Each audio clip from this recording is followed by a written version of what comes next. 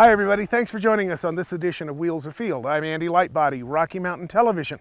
And behind me is the new Kia Sorento. It's been completely redesigned for 2011, and insofar as the entire Kia line, which is a fine line of high quality vehicles, the Sorento is actually the #1 seller here in the United States. Why? Because it's an all-wheel drive feature vehicle, kind of a mini to mid-size SUV that's got a lot of kick to it.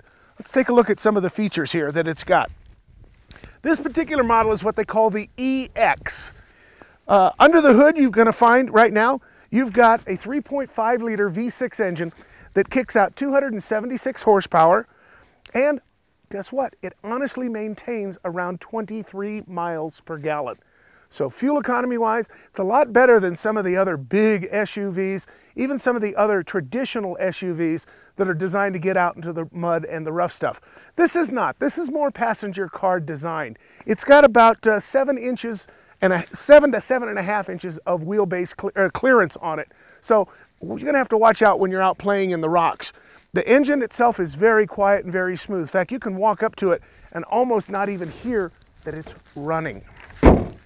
It's a stylish vehicle. It's a 4-wheel drive, 4-door version that's got a lot of amenities and features to it. As you can see from the tires and the wheels, they're not really designed for the super rough stuff. But hey, that's kind of a plus if you're going to drive to a hunting or a fishing or a camping spot with your buddies or your family, and you got a lot of miles to put on before you're going to be able to get off-road with it. Built on a 106-inch wheelbase. It's got 74.2 inches of width, and it's 183.9 inches. Now, for those of you that are auto aficionados, this means that the vehicle is actually a little bit longer than previous Sorento models. Part of the redesign on it, although, is that they've actually lowered the center of gravity by about 2 inches. So you're really not going to feel much of anything when you're on the highway, but when you start getting into the off-road and more of the trails, if you're trying to get back to a hunting camp or a fishing spot, you know, with all of your gear, you're going to find that it rides a lot smoother than what it has in the past. Now, as I told you, they've got a V6 engine in it that we ride at 23 miles per gallon. Their standard engine is a 2.4 liter 4-cylinder engine. Our suggestion is opt for the V6. Couple of reasons why. The difference between the gas mileage on the V6 and the inline 4, it's minimal. And you're going to enjoy the fact that you've got more carrying power, more zoom to it. The other advantage is that if you do decide that you want to opt for a trailer towing package, you're going to jump from towing capability of about 1,600 pounds up to 3,500 pounds. That can make a difference when you're towing a trailer and or a boat. Moving to the back area, the Sorento is kind of unique, and as I said, it's got the 4 doors, which open up way big and wide so that everybody can get in and out. It also has got kind of a unique feature in that you're going to find you've got a lot of leg room. I was really surprised with taller passengers, bigger passengers, that could get in and out. Now, when you go back up front, obviously you can move everything any which way you want to. Lots of luxury fashions also up front that need to be considered. You've got a nav system, you've got Sirius radio, you've got touch button controls on virtually everything that's up front. And as this vehicle came to us, it has a 6-speed automatic transmission.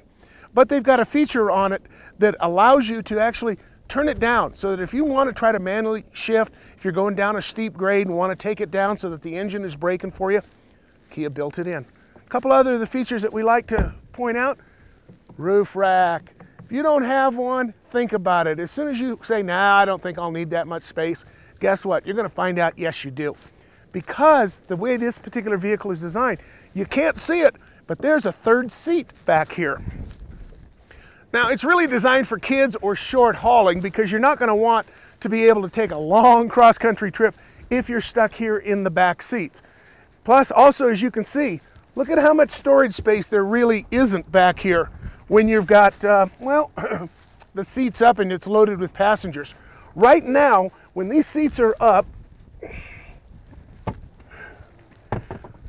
that's your storage space, folks. That's about 9 cubic feet. For me, that's a backpack and an extra pair of boots.